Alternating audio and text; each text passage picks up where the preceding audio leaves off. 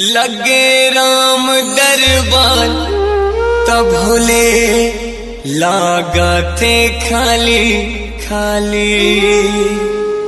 अगा झूम करो जी जयकार नहीं आवे ये मौका काली। नहीं ते ऊपर वाला दिहे गाली ना भैया, नहीं ते ऊपर वाला दिहे गाली ना। दे ताली भैया दे ताली, दे ताली। DJ Sagar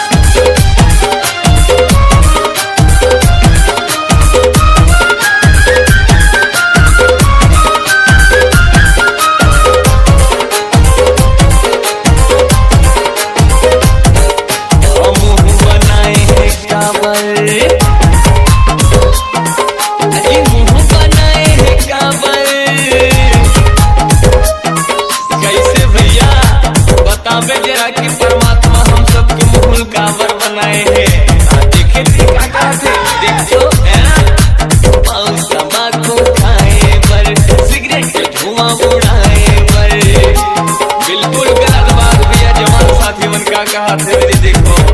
अब तुमन बताओ दीदी कि परमात्मा हम सबको मूल काबर बनाए हैं।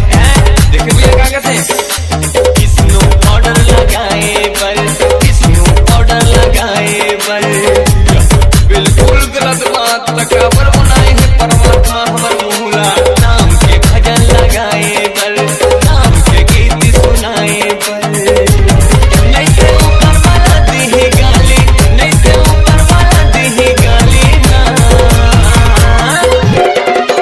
दे ताली भैया दे ताली, दीदी दे ताली, हाँ दे ताली भैया दे ताली, दीदी दे ताली।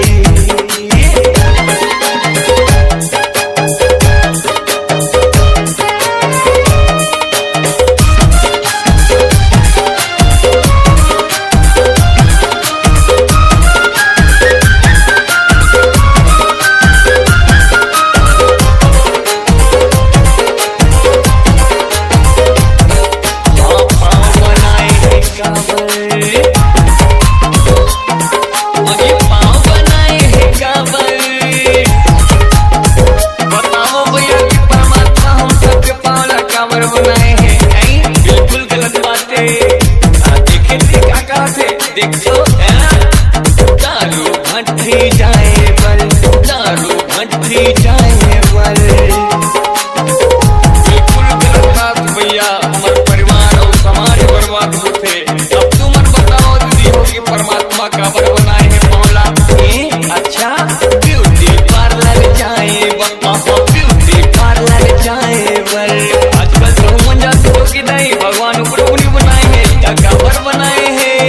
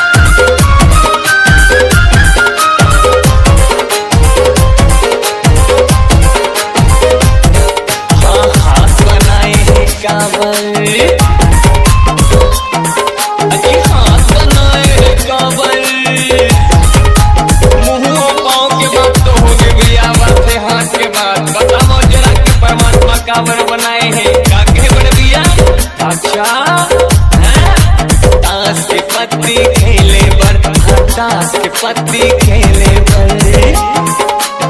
बिल्कुल गलत बात, रामायण हमला ये सब नहीं सिखावे भैया। ताओ तुमन बताओ दीदी की काबर बनाए हैं परमात्मा हाथ लाए। नुपुर पे मेहंदी लगाए बर, नुपुर पे मेहंदी लगाए बर। यह बात गलत है दीदी हो तो काबर बनाए हैं हमार हाथ ला। राम जी की ताली बजाए बर, राम जी की ताली बजाए बर। नहीं से ऊपर वाला दी है गाली, नहीं से ऊपर वाला दी है गाली ना।